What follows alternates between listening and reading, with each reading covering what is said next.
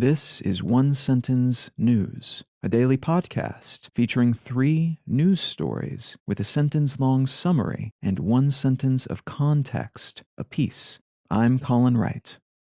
This is a sponsored message. I've been using Anchor as my podcast host for a while now, and it's been a pleasure to use. Anchor offers benefits that most other hosts do not. It's free to use, but it also has a collection of tools that allow you to create a podcast completely within the Anchor website or smartphone app. They distribute your show to Apple Podcasts, Spotify, and all the other distribution channels without any additional effort on your part, and you can make money from your podcast without any minimum audience size. So you can use it as a more traditional podcast host like I do, but it's also got everything you need to start a podcast from scratch. If you're keen to give it a shot, download the free Anchor app or go to anchor.fm to get started. It's Tuesday, January 10th, 2023. Let's talk about the news. From the Wall Street Journal, Deere to allow farmers to repair their own equipment.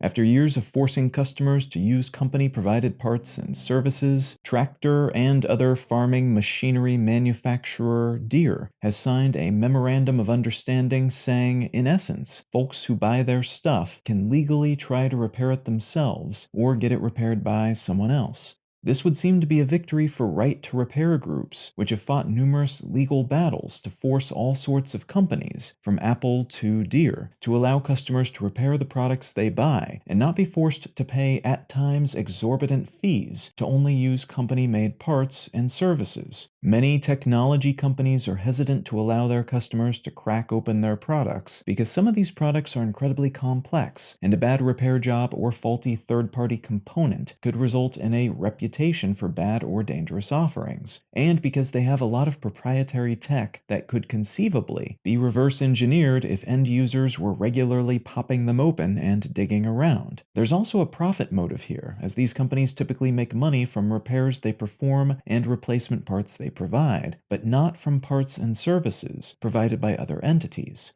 All that said, regulatory bodies around the world have started bringing down the hammer on companies that don't allow folks to repair the things they buy, and this would seem to be a case of one more company acceding to that new regulatory reality.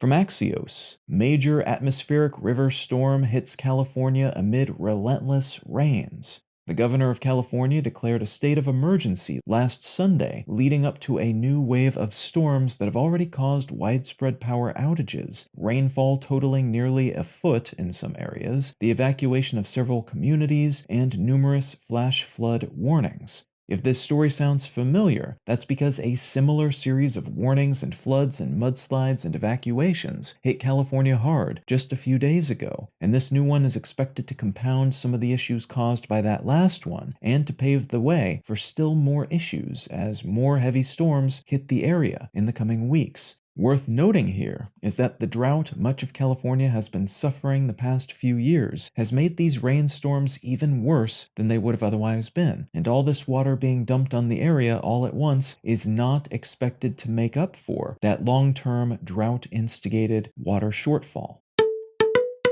And from Reuters, U.S. announces new military aid for Ukraine. The U.S. government has announced a new round of military assistance for Ukraine and neighboring countries that are threatened by Russia, and that assistance has a price tag of more than $3.75 billion, and the notable inclusion of Bradley infantry fighting vehicles, self-propelled howitzers, surface-to-air missiles, armored personnel carriers, and a whole lot of ammo for these and other weapons. Those Bradley vehicles are the big news of this fresh round of assistance, as they're not tanks, but they're heavily armed and armored vehicles that can play a somewhat similar role on the battlefield. The US is not the only country that has recently decided to send that class of vehicle to Ukraine. France and Germany have also committed to sending their version of the not a tank but almost a tank armored heavily armed vehicle, the AMX-10RC and Marder infantry fighting vehicle, respectively, to the Ukrainian military.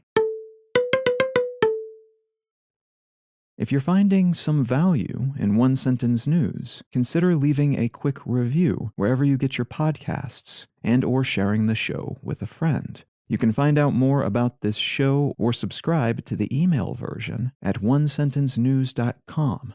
and you can support this and other related projects, like the Let's Know Things and Brain Lenses podcasts, at understandery.com.